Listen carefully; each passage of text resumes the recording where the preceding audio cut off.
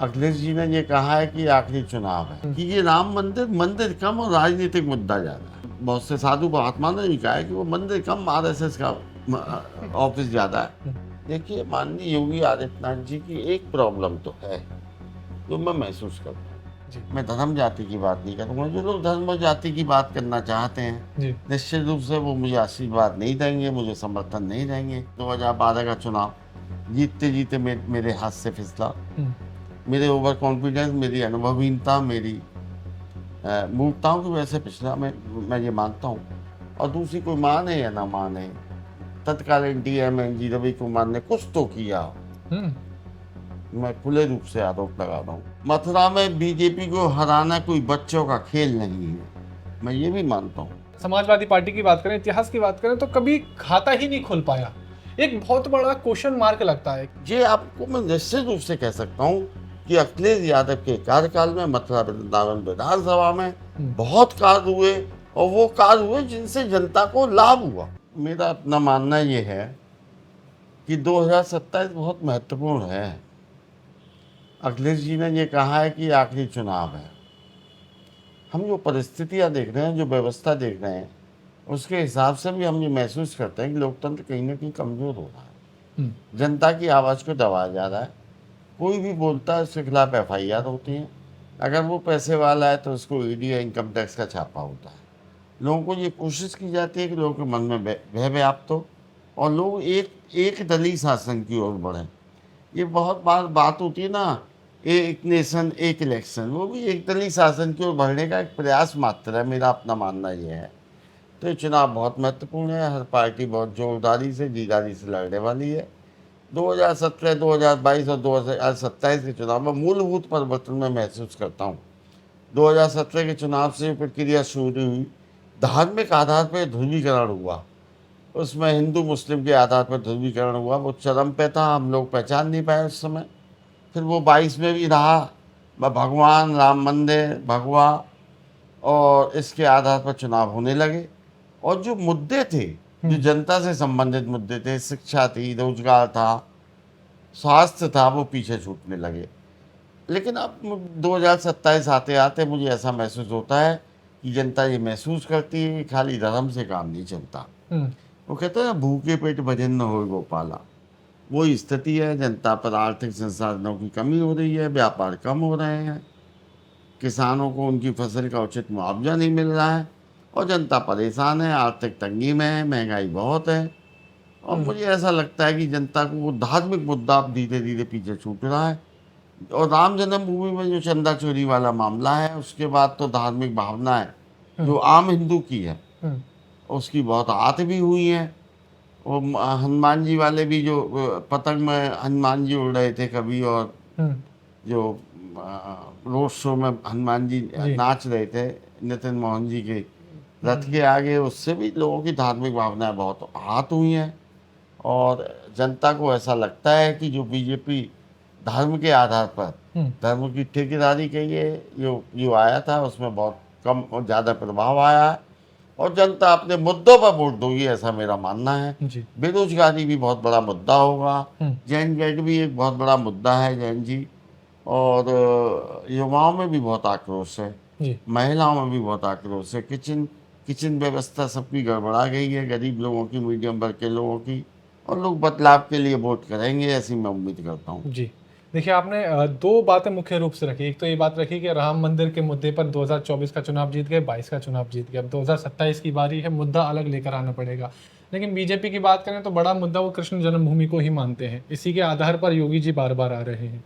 तो क्या ये फैक्टर से लोग अब ऊब चुके हैं? क्या कृष्ण जन्मभूमि की मांग नहीं करेंगे, और इसके आधार पर कितना वोट मिलेगा उनको? देखिए, धार्मिक मुद्दे, वो तो फिर संभल में भी मुद्दा उठ रहा है। हर जगह मस्जिद के नीचे बिल्कुल खोजने की जो कोशिश की जा रही है, मेरे ख्याल से ये समय के अनुकूल बातें नहीं है। यहाँ तक जन्मभूमि का प्रश्न है, अदालत में प्रश्न विचाराधीन है। देखिए, राम जन्मभूमि का भले ही बीजेपी ये कहे कि हमने बनवाया, लेकिन ये बात भी सही है कि निर्णय अदालत ने दिया था। और जहाँ तक बाबरी मस्जिद तोड़ने की बात है, मंदिर की दरवाजे खोलने की बात है, मंदिर के पट खोलने की बात है, मंदिर की पूजा करने की बात है, वो सब कांग्रेस के समय में हुआ था। तो मुख्य काम तो कांग्रेस के समय में हो ही चुका था। कैसे भी हुआ, राजीव गांधी ने किया, किस भावना से किया, शायद उन्होंने भांप लिया था कि आगे ये नहीं तो इतिहास दोहराया जाएगा। ये भविष्य के लिए मुद्दा इकट्ठा कर रहे हैं। श्री कृष्ण जन्मभूमि भविष्य का एक मुद्दा है जो बीजेपी जो लेके चल रही है कि मान लो राम जन्मभूमि वाला मुद्दा उतना काम ना करे तो फिर श्री कृष्ण जन्मभूमि वाला मुद्दा काम करे। देखिए, मैं एक बात समझता हूँ कि राम जन्मभूमि अयोध्या और कृष्ण जन्मभूमि में एक बेसिक अंतर तो है। राम जन्मभूमि में राम हमारे भावनात्मक मुद्दे हैं, हमारे हम सब राम का सभी जो है लोग पूजा करते हैं। अब भले ही विरोधियों पे ये आरोप लगा लें कि ये राम भक्त नहीं है, अखिलेश यादव राम जी के मंदिर में नहीं गए जब निमंत्रण भेजा गया था, राहुल गांधी नहीं गए, लेकिन उस समय भी उन्होंने भांप लिया था कि ये राम मंदिर कम और राजनीतिक मुद्दा ज़्यादा है। बाद में सिद्ध भी हुआ। ये बहुत से साधु महात्मा ने भी कहा है कि वो मंदिर कम, आरएसएस का ऑफिस ज़्यादा है। अभी मुक्तेश्वर जी ने भी ये बात कही थी। तो ये भविष्य का मुद्दा है। श्री कृष्ण जन्मभूमि बहुत विशाल परिसर है, बहुत अच्छा परिसर है और भव्य मंदिर है। यहाँ पर वहाँ पर राम जी टेंट में थे तो हर हिंदू की भावना जुड़ी हुई थी। यहाँ पर जो विवाद है वो बहुत अच्छी बात है, हिंदू होने के नाते हम भी ये चाहते होंगे शायद कि मंदिर हो, लेकिन अब ये धर्म के मुद्दों को उठाने का ज़्यादा वक्त है नहीं। आप जो है कोर्ट को डिसाइड करने दीजिए, कोर्ट में मामला है तो मैं उसमें कमेंट करने वाला होता कौन हूँ। बाकी राम मंदिर को लेकर मथुरा के लोगों की जहाँ तक भावनाओं का प्रश्न है, कृष्ण जन्मभूमि को लेकर मुझे बहुत ज़्यादा उग्र भावनाएं यहाँ पर दिखाई देती नहीं। मुझे तो कभी हिंदू बात करते मथुरा के दिखाई देते ही नहीं, कुछ लोगों को छोड़कर, कि कृष्ण जन्मभूमि बहुत बड़ा मुद्दा है। बाकी जो कोर्ट डिसाइड करेगा वो होगा। ठीक है। दूसरा सवाल आपने जोड़ा था, जवाब दिया था आपने, जेनजी वाले बात को कही थी। दिल्ली में जो प्रोटेस्ट हुआ पूरा देश हिला, सरकार ने कहीं ना कहीं जो अनदेखा किया, समय लगाया, उसका परिणाम भुगता और उन्होंने देखा कि धर्मेंद्र प्रधान को इस्तीफा देना पड़ा। उत्तर प्रदेश की बात करें, बड़ी मेजोरिटी है स्टूडेंट्स की, छात्रों की, युवाओं की, तो उस प्रोटेस्ट का असर, क्योंकि पेपर तो यहाँ भी लेके हुए, आरओ एआरओ पुलिस भर्ती हो अभी भी हो रहे हैं, तो वो प्रभाव 2027 में युवा देगा क्या? बहुत अच्छा प्रभाव देगा, आप देख लीजिएगा। देखिए, माननीय योगी आदित्यनाथ जी की एक प्रॉब्लम तो है जो मैं महसूस करता हूँ, वो जहाँ भी जाते हैं उनके भाषण आप देख लीजिए तो वहाँ पर बातें हिंदू मुस्लिम की ही होती हैं, धर्म और जाति धर्म की बात ही होती है। मजे की बात यह है कि अब वो धर्म वाला भी मुद्दा, मैं ये महसूस करता हूँ हिंदू मुस्लिम वाला मुद्दा कमजोर हो रहा है। अब इस देश में मुद्दे क्या हो रहे हैं, तू हाई कास्ट का है, तुम मिडिल कास्ट के हो, तुम समर कास्ट के हो, तुम एससी हो, तुम बीसी हो, ये वाला मुद्दा हो रहा है। तुम ब्राह्मण हो, तुम वैश्य हो, तुम, ये वाला मुद्दा हो रहा है। तुम ठाकुरवादी राजनीति का आरोप लगता ही है, आप समझ सकते हो सर। हालांकि मैं इतना नहीं मानता, तो मेरे जब जहाँ तक मैं अपने परिसर की बात करता हूँ, सभी धर्म सभी जाति के लोग, चाहे वैश्य हो, चाहे ब्राह्मण हो, चाहे ठाकुर हो, चाहे जाट हो, सभी मुझे पूरा स्नेह देते हैं, पूरा सम्मान देते हैं। मैं धर्म और जाति के आधार पर कभी विभेद लोगों के बीच करता नहीं, सबका प्यार और स्नेह मुझे मिलता है। तो मैं तो जाति धर्म के बिल्कुल बात हुई नहीं। मैं राजनीति में आऊँगा नहीं आऊँगा, मुझे टिकट मिलेगी नहीं मिलेगी, मैं चुनाव लड़ूंगा नहीं लड़ूंगा, ये सब समय के गर्भ में है। नो वन कैन से, मैं भी नहीं कह सकता। पर मैं ये मानता हूँ कि यदि मैं प्रत्याशी के रूप में आता भी हूँ तो मैं धर्म और जाति की बात न करके प्रेम और सद्भाव की बात करूँगा, मथुरा की समस्याओं की बात करूँगा। मैं मथुरा में बंदर की समस्याओं की बात करूँगा, मैं जमुना जी के शुद्धिकरण की बात करूँगा, मैं मथुरा में कोई बढ़िया इंडस्ट्री, बढ़िया कॉलेज, बढ़िया हॉस्पिटल स्थापित हो, सरकारी मेडिकल कॉलेज खुले, इनकी बात करूँगा। मैं धर्म जाति की बात नहीं करूँगा। जो लोग धर्म और जाति की बात करना चाहते हैं निश्चित रूप से वो मुझे आशीर्वाद नहीं देंगे, मुझे समर्थन नहीं देंगे, लेकिन उसको भी मैं गेम के रूप में, स्वीकृति के रूप में लेता हूँ। मुझे उन लोगों का आशीर्वाद चाहिए जो मध्यम वर्ग के हों, जो, मैं बहुत ज़्यादा पूंजीवादी व्यवस्था में भी नहीं हूँ, मैं गरीब है, मध्यम वर्ग है, निश्चित रूप से उनसे स्नेह मुझे ज़्यादा रहता है। क्योंकि मेरा 99% समय उन्हीं के रूप में गुजरता है। बहुत से लोग मेरे परिवार पर भी पूंजीवादी का आरोप लगाते हैं और मुझे उनसे कनेक्ट करते ही हैं, हम्म, लेकिन वो उनकी व्यवस्था है, मेरी अलग व्यवस्था है। धार्मिक व्यवस्थाएं भी सब अलग हैं हम्म, और आर्थिक व्यवस्थाएं भी सब अलग है।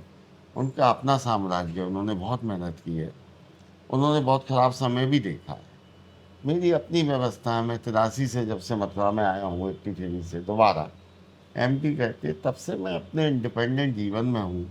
हम्म, मेरा अपना आर्थिक है, जो भी है, जितना भी है, थोड़ा है, बहुत है। जी फिर वेस्टेज करने वाला आदमी, जी जोड़ने वाला आदमी नहीं। ओ, लेकिन जीवन में कभी मोह रहा नहीं पैसे से। राजनीति भी मेरे लिए, मैं सही बात बताता हूँ, मुझे ऐसा नहीं लगता कि मैं राजनीति में चला गया, मैं राजनीति में सफल हो गया, मैं एमएलए बन गया तो मुझे 100-200 एकड़ ज़मीन होनी चाहिए मेरे पे, 100-200 करोड़ रुपये होने, मुझे कभी महसूस ही नहीं होता। इन सब चीज़ों से विरक्त हूँ। हम्म, आप भले मुझे संत की भावना दे सकते हैं, जी मैं अपने प्रोफेशन को भी बिल्कुल सेवा के रूप में ही लेता हूँ। मैंने कभी अपने प्रोफेशन पर अर्थ को हावी नहीं होने दिया। मैं गलती से कभी बेईमानी कर गया हूँ किसी मरीज के साथ, हम्म, या कभी कोई गलत बात हो गई हो, तो वो मेरे दिल दिमाग पे हावी नहीं होती है, हम्म, वो हो जाती है। बाकी मैंने कभी बेईमानी करने की कोशिश नहीं की, प्रोफेशन को भी बहुत ईमानदारी से जिया। उम्मीद करता हूँ राजनीति में कभी सफल हुआ। हालांकि 2012 का चुनाव जीतते जीते मेरे हाथ से फिसला। हम्म, मेरे ओवर कॉन्फिडेंस, मेरी अनुभवहीनता, मेरी मूर्खताओं की वजह से पिछला, मैं ये मानता हूँ। कभी मुझे मौका मिला तो मैं उसको सेवा के रूप में ही करूँगा। जी और आर्थिक जीवन के आर्थिक सोपान पर मैं निश्चित रूप से कोशिश करूँगा जी कि कुछ मथुरा के लिए ऐसा अच्छा करे जाऊँ कि जनता मुझे लंबे समय तक याद रखे। जी देखिए, आपने 2012 की बात करी। 2012 में 50,000 से ज़्यादा ब्रजवासियों ने आप पर भरोसा दिखाया और आपको जीत दिलाने की पूरी कोशिश करी। समय रहा उस तरीके की राजनीति, सही कह रहे हैं कि आपका अनुभव है, अनुभवी तो आप हैं, अपने क्षेत्र में हैं ही, राजनीति में भी अब एक लंबा समय हो गया, 1 दशक से ज़्यादा का समय हो गया है। आप रालोद में थे और रालोद की बात करें 2022 में समाजवादी पार्टी के साथ थी और 24 में बीजेपी के साथ गठबंधन हो गया और अभी आ गया है पांचों सीट में। उनमें तो सीट में बंटवारा हो ही रहा है। आपके पास एक अच्छा विकल्प था, अगर आप आरएलडी में रहते तो गठबंधन बीजेपी के साथ रहता, कहीं ना कहीं सीट मिलती और शायद बीजेपी फैक्टर जो कह रहे हैं योगी लहर मोदी लहर का काम करता और शायद जीत दिलाने में एक अच्छी भूमिका निभाता। तो वो छोड़कर समाजवादी पार्टी को ज्वाइन करना और फिर विचारधारा का अंतर है, विचारों में अंतर है, सीट ना मिलने का कारण है, कारण क्या है? कोई कारण नहीं है। 2012 में भी रालोद जो था वो कांग्रेस के साथ हाँ था उस समय भी। बिल्कुल। अगर रालोद कांग्रेस के साथ नहीं होता तो मैं चुनाव नहीं आता। रालोद ने उस समय कांग्रेस को मजबूती दी थी। हम्म, 2027 में राष्ट्रीय लोकदल बीजेपी के साथ चला गया। अब मथुरा में मैं समझता हूँ एक सीट मिलेगी और वो कम से कम मथुरा विधानसभा के लिए हो सकती है। ये माननीय जयंत चौधरी जी का भी मानना था कि डिस्कशन में भी बात होती थी और मैं समझता हूँ कि मैंने ये निर्णय लिया। माननीय जयंत चौधरी जी से बड़ा स्नेह प्यार मुझे हमेशा मिला। उन्होंने मेरा बहुत सम्मान किया, मैंने उनका सम्मान किया। लेकिन ये बात सही है कि उनको भी ये था कि नहीं, मथुरा तो हमारे अकाउंट में कभी आएगी नहीं। और उनका भी शायद यही मन था कि यदि वास्तव में, क्योंकि वो भी समझते हैं कि ये डॉक्टर सोगवाल का चुनाव होगा तो आखिरी होगा। हम्म, वो भी समझते हैं अगर आखिरी में अगर डॉक्टर साहब की इच्छा है तो वो शायद पूरी करें। हम्म, अभी भी मैं सुनिश्चित नहीं हूँ, मैं समाजवादी पार्टी में हूँ। मुझे नहीं पता ये सीट किसके अकाउंट में जाएगी, कांग्रेस के में जाएगी, सपा के में जाएगी। हम्म, सपा के में जाएगी जिसकी संभावना प्रैक्टिकली थोड़ा कम लगती है, तो मेरा चांस बनता है। यदि कांग्रेस के अकाउंट में गई तो क्यों चांस बनेगा।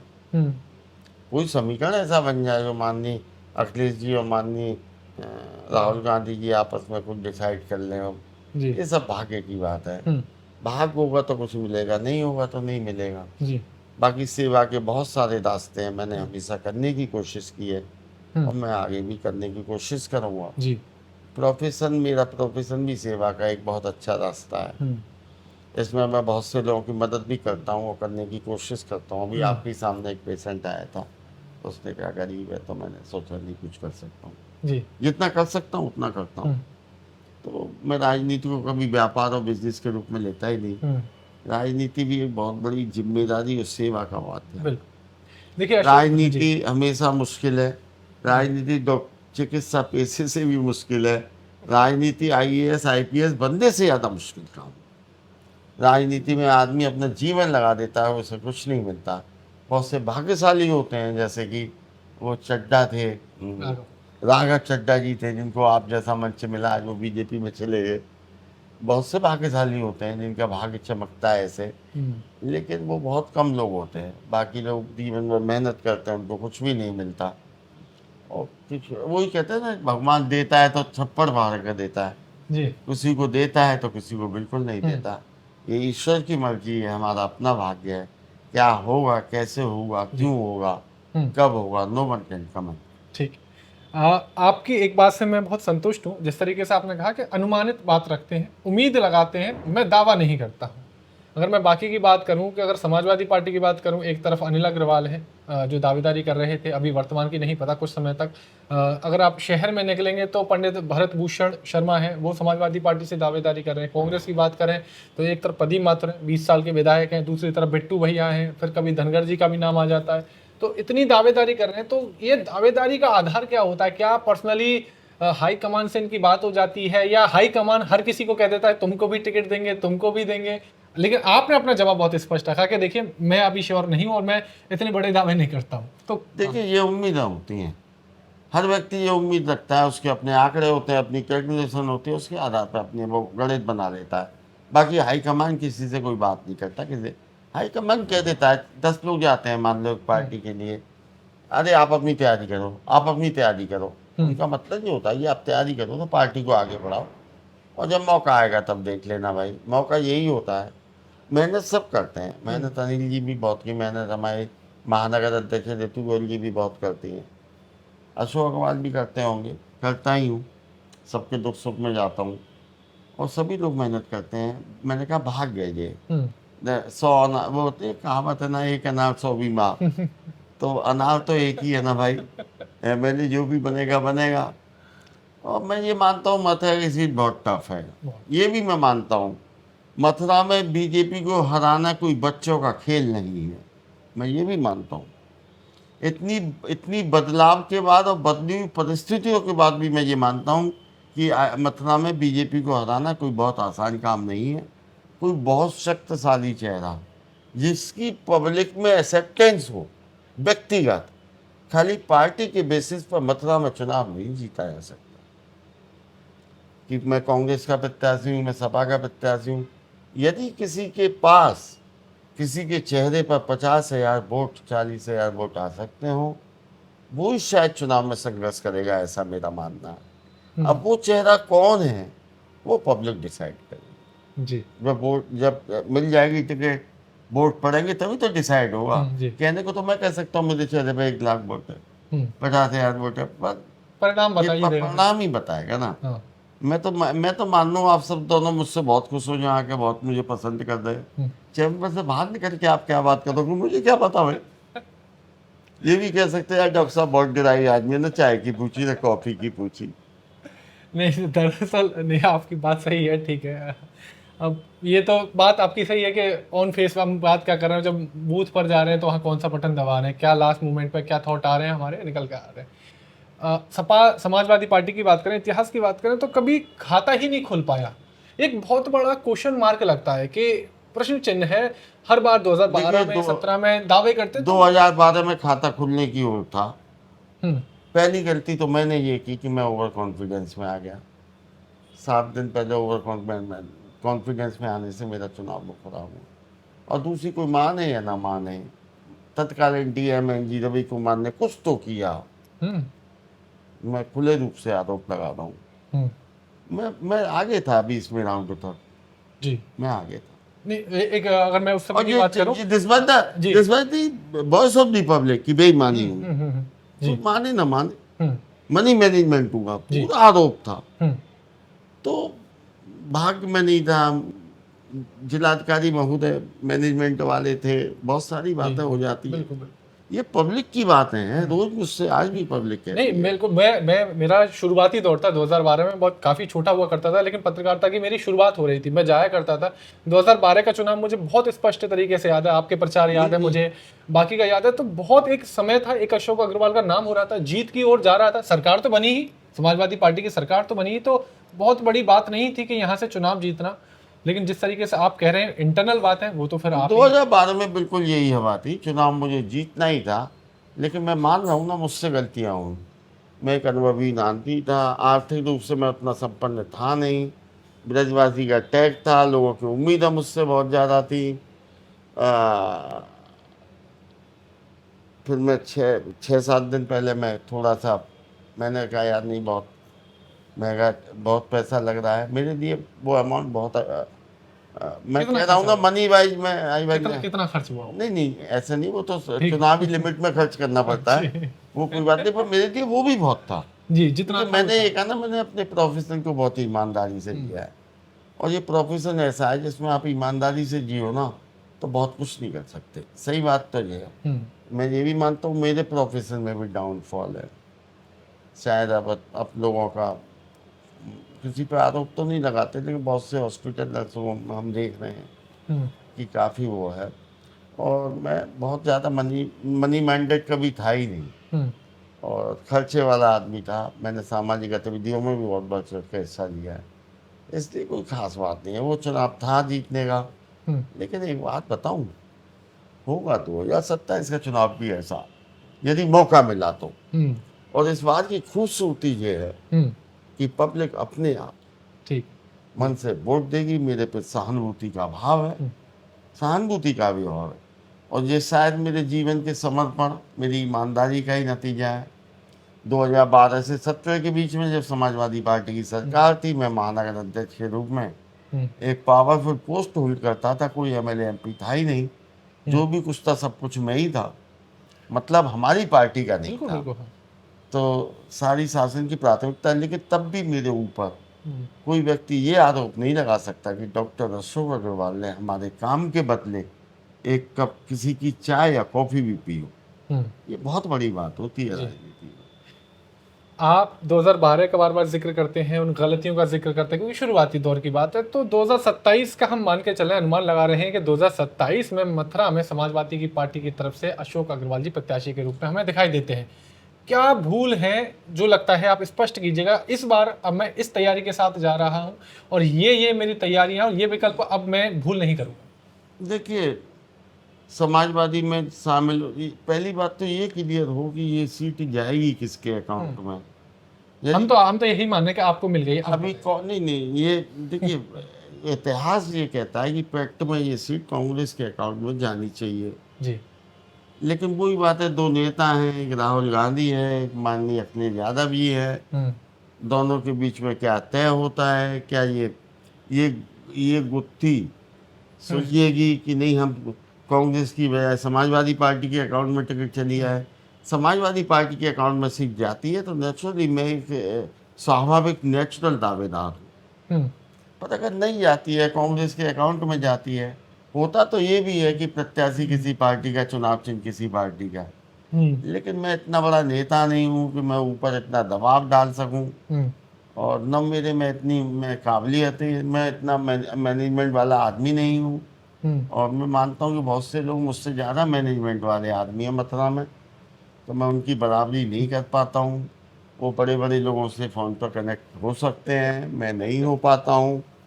वो राहुल गांधी, प्रियंका गांधी, अखिलेश यादव जी सबसे फ़ोन पर कनेक्ट हो सकते हैं। जी जी जी। मैं छोटा आदमी हूँ, मैं ये मानता हूँ। मैं आर्थिक रूप से भी उतना संपन्न नहीं हूँ जितने और लोग हैं, मैं ये मानता हूँ। पर मैं ये भी मानता हूँ कि पब्लिक ये सब चीज़ें नहीं देखती। पब्लिक का यदि मन है कि एक छोटे से आदमी को समझना है, तो वो छोटे को समझती है। उसका मन है कि बड़े वाले को समझना है, तो बड़े को समझती है। अल्टीमेटली वोट डालते समय, मशीन पर जाते समय उसका हाथ किस बटन पर दबता है, उसी समय पब्लिक डिसाइड करते हैं। I am no one to say anything about all this. जी। लेकिन आपने देखिए जिस तरीके से जिक्र किया कि आप छोटे कद के हैं या छोटा आप अपना अनुभव बता रहे हैं या बड़े अनुभव वाले बता रहे हैं, मथुरा की जनता बहुत समझदार है, वो समझ गई होगी कि कौन राहुल गांधी जी को फ़ोन मिला रहा है, कौन प्रियंका गांधी को फ़ोन मिला रहा है, कौन सीट की बात कर रहा है। अब मेरा आखिरी सवाल है, जिस तरीके से आपने जोड़ा कि उस समय 2012 में एक धन जो है फाइनेंस कैपिटल है वो एक भूमिका निभा रहा था, तो आज भी जो लोग चुनाव के लिए तैयारी कर रहे हैं, चुनाव के लिए प्रत्याशी के रूप में बनना चाह रहे हैं, तो क्या उनके चेहरे के अलावा, पार्टी के चेहरे के अलावा फैक्टर कैपिटल भी काम करेगा, फाइनेंस भी काम करेगा? आप चुनाव के लड़ने के समय फाइनेंस की बात कर रहे हैं? जी, प्रत्याशी जो है उसको, हाँ, नहीं, प्रत्याशी बनने में या प्रत्याशी के बाद? प्रत्याशी के बाद भी, बाद में बनने में तो कोई कैपिटल काम नहीं करता, बाद की बात। और बाद में भी मेरे ख्याल से कोई कैपिटल काम नहीं करता। अच्छा। देखिए, थोड़ा बहुत तो चुनाव के मैनेजमेंट में पैसे का महत्व है, हम्म लेकिन यदि जनता का रुख आपके साथ है, हम्म यदि जनता का प्रेम आपके साथ है, यदि जनता ये समझती है कि हमें बदलाव करना है और बदलाव के लिए ये चेहरा हमारे लिए उपयुक्त है, तो कहीं कोई पैसे की जरूरत नहीं है। पैसा जनता देती है। हम्म कोई 1100 देता है, कोई 11,000 देता है, कोई देती है जनता। अब आजकल मैं लोगों से ऐसे बात करता हूँ, मैंने भैया मेरे पर नहीं है, कुछ मदद कर देना, तो सब यही कहते हैं कि हाँ नहीं, मदद करेंगे। मुझे लगता नहीं पैसे का कोई बहुत रोल है। तो उस समय भले ही लगता होगा, लेकिन आज नहीं लगता मुझे चुनाव में कोई पैसे का रोल है। मिनिमम आवश्यकताएं तो देखिए हर चुनाव की होती है, वो तो पूरी करनी होती है, पर कोई बहुत बड़ा रोल है ऐसा मैं नहीं मानता। जी, देखिए जिस तरीके से वर्तमान में अगर मथुरा की जनता की बात करें, एक आवाज़ उठ रही है, मैं भी जो इंटरव्यू ले रहा हूँ वहाँ पर भी लोग बात रख रहे हैं, चेहरे के ऊपर लेकर बात कर रहे हैं कि खुद का चेहरा, खुद का अस्तित्व, खुद का काम नहीं आ रहा है, बड़े चेहरे काम आ रहे हैं। 2027 में बड़े चेहरे के पर चुनाव लड़ा जाएगा? नहीं, 2027 का चुनाव पार्टी के चुनाव और चेहरे के चुनाव से ज्यादा आदमी के चेहरे का, जो प्रत्याशी लड़ रहा है उसके चेहरे का चुनाव हुआ। उस प्रत्याशी का इतिहास क्या है, वो प्रत्याशी कितना पब्लिक के बीच में रहा है, ये इस बात का चुनाव। आप देख लेना 2027 के चुनाव में पार्टियां सेकेंडरी होंगी, चेहरे सेकेंडरी होंगे। जो प्रत्याशी लड़ रहा है उसका चेहरा, उसका काम और लोगों का उस पार्टी के कामों पर विश्वास। जैसे ये आपको मैं निश्चित रूप से कह सकता हूँ कि अखिलेश यादव के कार्यकाल में मथुरा वृंदावन विधानसभा में बहुत कार्य हुए, और वो कार्य हुए जिनसे जनता को लाभ हुआ। एक तो कार्य वो होते हैं जो दिखाने के लिए होते हैं। एक मंदिर का बहुत भव्य गेट बना, करोड़ों रुपए लगे, देखने में तो अच्छा है वो, लेकिन पब्लिक को लाभ कितना है ये एक समझने की बात है। लेकिन ये सामने से ये पुल बना रेलवे लाइन को क्रॉस करता हुआ, या जन्मभूमि वाला पुल बना, या नया पुल ये बना, इनसे जनता को वास्तविक लाभ हो रहा है। पहले आधा घंटे इन क्रॉसिंग पे इंतजार करना पड़ता था, अब याद करिए, आज आप सड़क से चढ़ते हैं ऊपर और निकल जाते हैं। नए पुल का निर्माण हुआ, बरसाने के रोपवे की भी स्वीकृति अखिलेश के टाइम की थी। गोवर्धन में जितने भी बाईपास बने हैं, जितने भी कनेक्टिंग रोड बने हैं, ये सब अखिलेश के टाइम के हैं। वृंदावन में ये चंद्रोदय मंदिर का उद्घाटन किया तो वो अखिलेश जी ने किया। अखिलेश जी पे धर्म विरोधी और वो मुस्लिम और ये होने के आरोप लगते हैं, राजनीतिक आरोप है। नैरेटिव सेट किया था बड़े चेहरों के खिलाफ। अखिलेश के खिलाफ क्या नैरेटिव सेट हुआ था आपको पता है? मैं अपने नाम से नहीं कहूँगा, जब उन्होंने कोठी छोड़ी थी। अच्छा। केजरीवाल के खिलाफ क्या नैरेटिव सेट हुआ, लालू यादव जी के खिलाफ क्या नैरेटिव सेट हुआ।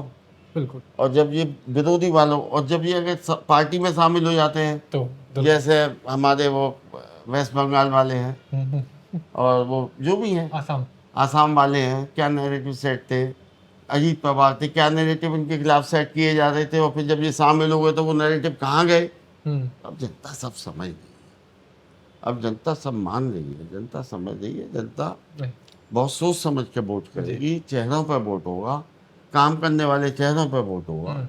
जो लोग पब्लिक के कांटेक्ट में रहते हैं, हर समय पब्लिक की समस्याओं को दूर करने का काम करते हैं, उनके चेहरों पर वोट होगा, ऐसा मुझे लगता है। बाकी जनता की मर्जी।